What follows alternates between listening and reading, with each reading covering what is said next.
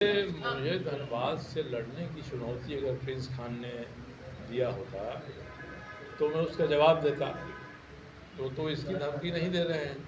एक मामला तो संदर्भ इसी का है, एमपी चुनाव का है। एमपी चुनाव में और एमपी चुनाव के साल 2 साल पहले से धनबाद में जो परिस्थितियाँ उत्पन्न हुई हैं वे परिस्थितियाँ इसका कारण हैं। और हमारे कई साथी बैठे हुए हैं, इन लोगों ने दौरा किया है धनबाद का, बोकारो का, सभी विधानसभा क्षेत्रों का।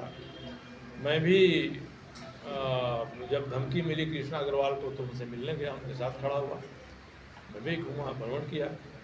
लोगों की मांग है, लोग चाहते हैं कि मैं आऊँ चुनाव लड़ूँ। मैंने इनसे ही कहा, इसका लोग मजाक भी उड़ा रहे हैं। भाजपा के लोगों ने कल अपनी मीटिंग में मजाक उड़ाया, क्योंकि मैंने कहा था ये मेरे पास पैसा नहीं है, इतना धन नहीं है कि मैं चुनाव में कूद जाऊं। आप धन की व्यवस्था करा दें, तन मन धन के साथ मुझे पुकारें, आप पुकारेंगे, मैं पीछे नहीं हटूंगा, ये मैंने कहा है उनको। विधायक सरयू राय ने धनबाद से बीजेपी के लोकसभा प्रत्याशी ढुल्लू महतो के खिलाफ मोर्चा खोल दिया है।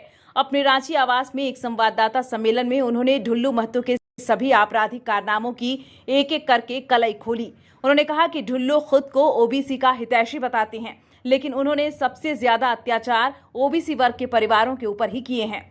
उदाहरण के रूप में उन्होंने उन परिवारों की चर्चा की जिनकी बिजली और पानी सरयू राय के आरोप के मुताबिक ढुल्लू महतो ने कटवा दिया था। इसके बाद सभी परिवार धरने पर भी बैठे थे। सरयू राय ने अपने संवाददाता सम्मेलन में ढुल्लू महतो की जिस तरह से कलई खोली है उसके कई मायने माने जा रहे हैं। मालूम हो कि सरयू राय 4 दशक से अधिक समय से बीजेपी के नेता रहे। बाद में रघुवर दास से तनातनी के कारण उन्होंने पार्टी छोड़कर निर्दलीय चुनाव लड़ा और जीते भी। अब चर्चा है कि सरयू राय धनबाद से लोकसभा का चुनाव लड़ना चाहते हैं।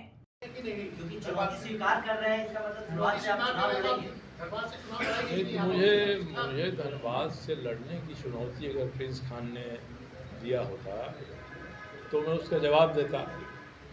तो इसकी धमकी नहीं दे रहे हैं। एक मामला तो संदर्भ इसी का है, एमपी चुनाव का है। एमपी चुनाव में और एमपी चुनाव के साल 2 साल पहले से धनबाद में जो परिस्थितियाँ उत्पन्न हुई हैं वे परिस्थितियाँ इसका कारण हैं। और हमारे कई साथी बैठे हुए हैं, इन लोगों ने दौरा किया है धनबाद का, बोकारो का, सभी विधानसभा क्षेत्रों का।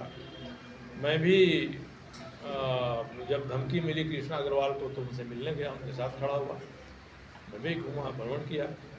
लोगों की मांग है, लोग चाहते हैं कि मैं आऊँ चुनाव लड़ूँ।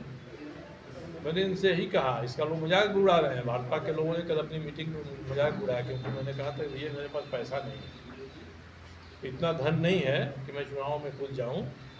आप धन की व्यवस्था करा दें, तन मन धन के साथ मुझे पुकारें, आप पुकारेंगे, मैं पीछे नहीं हटूंगा, ये मैंने कहा है उनको।